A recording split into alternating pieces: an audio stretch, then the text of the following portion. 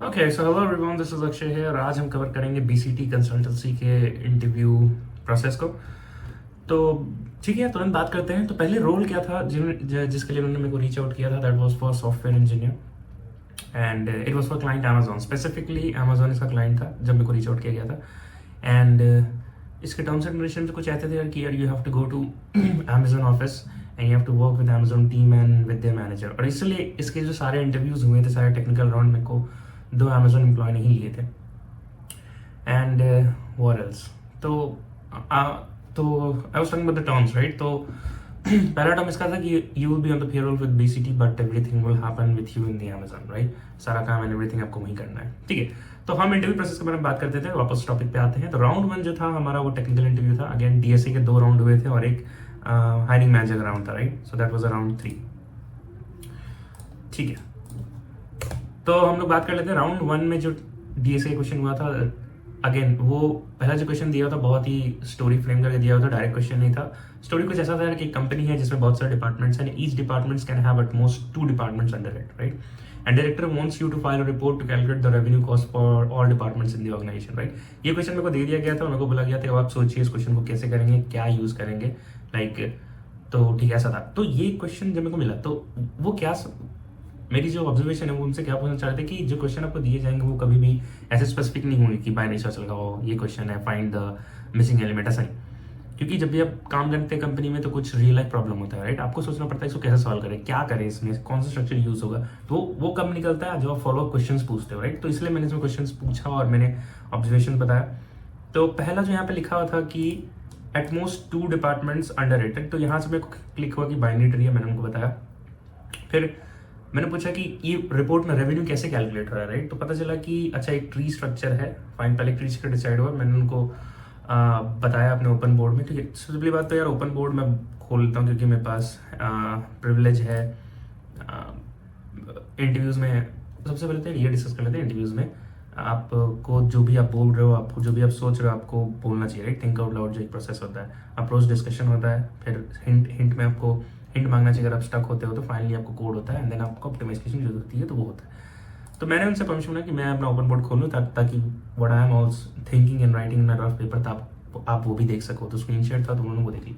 मैं कहा ठीक है, ऐसा कुछ ट्री है, एक्स और वाई और जेड के ऑर्गेनाइजेशन है, सिंपली वाई के ए बी और जेड के सी डी होंगे अकॉर्डिंग टू क्वेश्चन। यहाँ पे डायरेक्टर बैठा हुआ है एक्स लेवल पे। सो वहाँ उन्होंने कहा कि रूट पे डायरेक्टर है। ये सब बातें पूछने से पता चली, राइट, कि ठीक है डायरेक्टर है। तो ये क्या चाहते, मैंने पूछा कि अच्छा ठीक है, तो हर एक लेवल की कॉस्ट में निकालनी है, क्या ये करना है हमें। तो हर एक नोड का कॉस्ट क्या गिवन है, जैसे एक्स है तो इसका कॉस्ट एक्स है, इसके अंदर वाई और जेड डिपार्टमेंट्स उनका कॉस्ट वाई और जेड ब्लॉक है, ठीक है। तो हमें क्या करना था कि एक्स के लिए हमें प्रिंट करना है X plus Y plus Z plus A plus B plus C plus D. मतलब हर एक नोड पे जितने भी उसकी सब ट्री में जो भी वैल्यूज है उनको प्लस करके उस नोड के लिए प्रिंट करो। सिमिलरली वाई के लिए हमें प्रिंट करना था Y plus A plus B, Z के लिए प्रिंट करना था Z plus C plus D. समझ रहे हो आप, सब ट्री।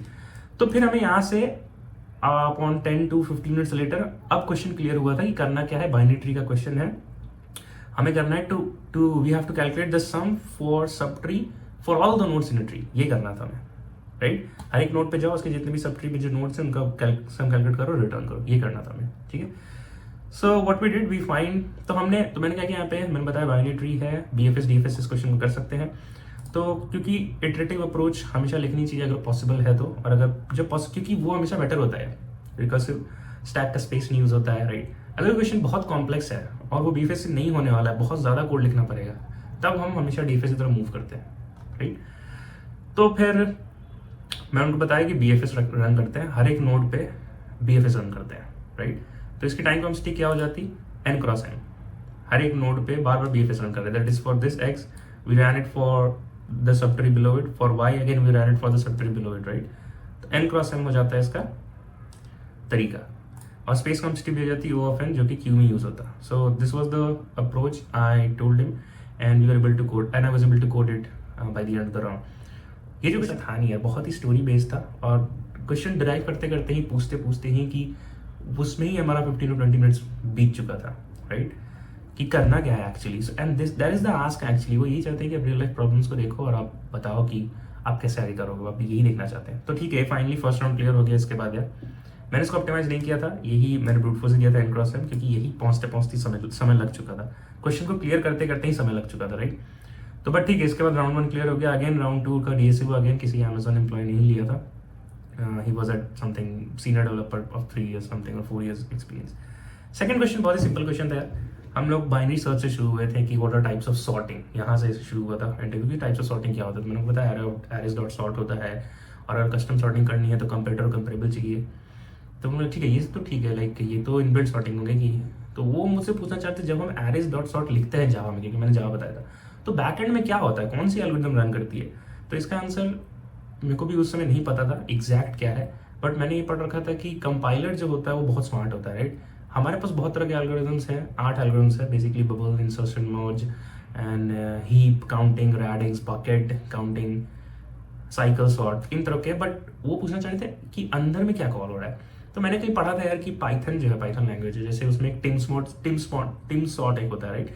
तो वो अकॉर्डिंग टू एरेज वो बदलते रहता है, मर्ज कभी क्विक। तो बेस्ट एल्गोरिथम जो एन लॉग एन लेती है वो है मर्ज सॉर्ट, राइट। और सिमिलरली हीप सॉर्ट भी एन लॉग एन लेती है। क्विक सॉर्ट का टाइम कॉन्स्टेंट वर्स्ट होता है O ऑफ n स्क्वायर।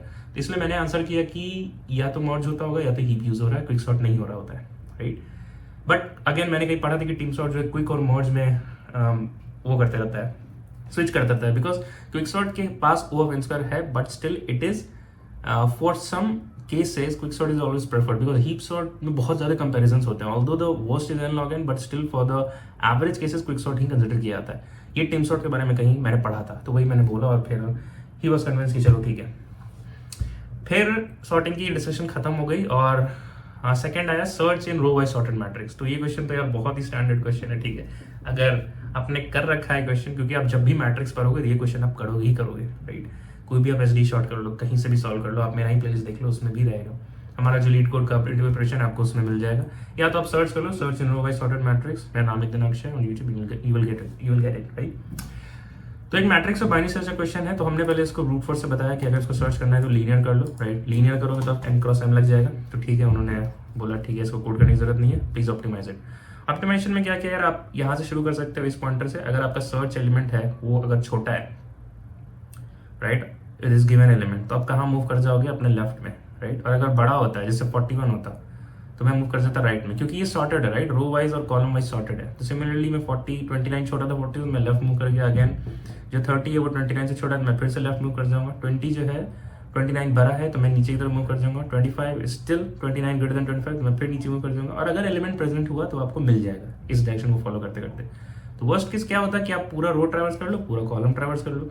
तो O of n plus m time constant हो गई इसकी, और स्पेस कॉन्स्टेंट O ऑफ 1 हो गई। ये क्वेश्चन हो गया, हमने कोड कर दिया इसको भी। सेकंड फॉलो क्वेश्चन से पूछा गया कि will it work for duplicate elements, right. Let's say 29 कहीं और भी था, राइट। कुछ इस तरह से मैट्रिक्स उन्होंने बनाया कि रो वाइज सॉर्टेड भी मेंटेन हो रहा था और डुप्लीकेट एलिमेंट्स भी आ रहे थे। तो क्या सारे डुप्लीकेट एलिमेंट्स प्रिंट कर सकते हैं इन दिस एल्गोरिथम। तो I took about 10 minutes maybe to dry run the cases कि पॉसिबल है नहीं, किस डायरेक्शन में मूव कर सकते हैं। क्योंकि अगर हाँ बोलता मैं तो मेरे को डेफिनेटली कोड करने बोला जाता। तो कभी भी हाँ या ना आप तभी बोलना सोच समझ के कि हाँ आप कोड भी कर सको उसको, राइट। या फिर पॉसिबल है but it I would be difficult for me to code, बात की बात है, राइट।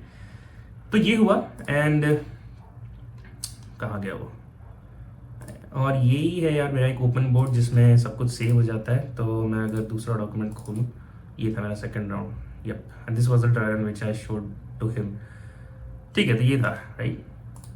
तो इसमें क्या O of n plus m time स्टी होगी, स्पेस कॉन्स्टेंट। तो second follow question duplicate entry से मैंने ड्राइव किया, मुझे पता चला कि नहीं काम करेगा, मैंने बोल दिया नहीं करेगा, एंड फिर वो मूव ऑन कर गया। सो आई जस्ट टू कंफर्म, मैंने पूछा कि like is my answer correct, तो बोला यस इट इज करेक्ट। तो फिर हम आगे बढ़ गए। वीडियो में समय कुछ बचे हुए थे यार, तो हमारी डिस्कशन कुछ और चीज़ों पर हुई। हम वापस से सॉर्टिंग पे आ गए। उन्होंने बोला heap sort, you know heap sort, तो मैंने बोला यस। तो उन्होंने बोला ठीक है समझाओ व्हाट इज हीप सॉर्ट। तो मैं अगेन सब कुछ उनको बताने लग गया कि हाँ कैसे होता है, हिपिफाई क्या होती है। हम विजुअलाइज करने के लिए ट्री यूज़ करते हैं, बट एक्चुअली में एरेज में ही काम हो रहा होता है। हर एक at particular i 2i plus 2 और 2i प्लस 1 और 2i प्लस 2 उसके चिल्ड्रन होते हैं, और इस तरह से मैक्स हिपिफाई कॉल करते हैं। मैं उनको ड्राइव पूरा दिखाई रहा था, बट उन्होंने चलो ठीक है इसको आता है, ओके आई गॉट इट। और वहाँ पे वो चीज़ स्किप हो गया। अब यहाँ पे इंटरव्यू खत्म हो चुका था, बहुत ही अच्छा गया था इंटरव्यू, इसमें तो मैं भी कह सकता हूँ कि बहुत ही अच्छा गया था। एंड अगेन हर राउंड के क्वेश्चन में होता है कि do have any questions to ask. तो मेरे पास 2-3 क्वेश्चन होते हैं जो हर बार आंसर्स डिफरेंट होता है फॉर ऑल द डेवलपर्स। तो पहला क्वेश्चन तो यही पूछता हूँ मैं कि आपका एक्सपीरियंस कैसा रहा, क्योंकि हर बार आपको एक डिफरेंट आंसर मिलेगा, आपको कुछ ना कुछ सीखने मिल जाता है, राइट। आपका एक्सपीरियंस कैसा रहा, एंड क्या आपने जब शुरू किया था किसी पर्टिकुलर टेक स्टैक से तो आप अभी भी उसी पे पढ़ रहे हैं, या फिर आपको बहुत सारा डायनेमिक चेंजेस मिले और आपने फिर से नया कुछ सीखा, तो आप ये पूछोगे आपको हमेशा अच्छे अच्छे आंसर्स मिलेंगे और आपकी अपनी लाइफ में बहुत अच्छे से इम्प्लीमेंट कर पाओगे। और फिर सेकंड क्वेश्चन जब मैं पूछता हूँ कि डीए से क्या क्या सीन है, लाइक आप तो अब 6 ईयर्स का एक्सपीरियंस हो गया हो, तो आप अभी भी डीए से रिवाइज करते हो या फिर इंटरव्यूज के समय ही बस? और तो इस क्वेश्चन के भी बहुत अलग अलग आंसर्स होते हैं, सबकी जर्नी डिफरेंट होती है। जैसे मेरे केस में क्या है कि मैं हमेशा रिवाइज करता हूँ और रिवीजन के लिए मैं जीपीयूटीडी करता हूँ। अब बहुत अलग अलग लोग हैं जो रिवीजन के लिए कुछ अलग तरीका अपनाते हैं। कोई अपना नोट्स बना रखा है, सिर्फ नोट्स को ही रिवाइज करता है। मैं नए नए क्वेश्चन रिवाइज करता हूँ और नोट्स भी रिवाइज करता हूँ। ऐसे ही बहुत सारे लोग हैं जिनका डिफरेंट वेज है, राइट? तो आप उन वेज को सुन करके अपना कुछ एक नया वेज, या फिर आपको जो सही लगे कि हाँ इन 10 वेज में दूसरा वाला अच्छा लग रहा है, यही करते हैं, ये मेरे पर्सनैलिटी पे सूट करता है। तो ये 2 क्वेश्चन के हमेशा डिफरेंट आंसर मिलते हैं मेरे को, और मैं भी इनसे सीखने की कोशिश करता हूँ। हमेशा स्टूडेंट बने रहो, यही बहुत काफ़ी है यार अपनी ज़िंदगी के लिए। एकदम परफेक्ट होना ज़रूरी नहीं है, और होते होते वैसा सोचे चलोगे तो कभी हो भी नहीं पाते अपन। तो यहाँ पे सेकंड राउंड भी क्लियर हो गया हमारा। थर्ड राउंड अब हमारा शुरू हुआ, फीडबैक पॉजिटिव या नेगेटिव इसके बारे में बात हुआ, and once that is done again फिर सैलरी डिस्कशन पे आ गए हम लोग, और इस तरह से हमें ऑफर बीसीटी से मिल चुका था अमेजोन के लिए काम करने के लिए। तो यही था यार। अब इसके प्रोज एंड कॉन्स आपको क्या लगते हैं आप सोच लेना, डिस्क्रिप्शन में लिख देना, कमेंट्स में लिख देना, आप डिस्कशन कर सकते हो वहाँ पे। And yes, this was it. तब तक के लिए ठीक है यार, मिलते हैं नेक्स्ट वीडियो में ऐसे ही with the new interview experience for the rest of the company which are given the interview for. Till then keep learning, keep growing, bye bye and take care and bye bye.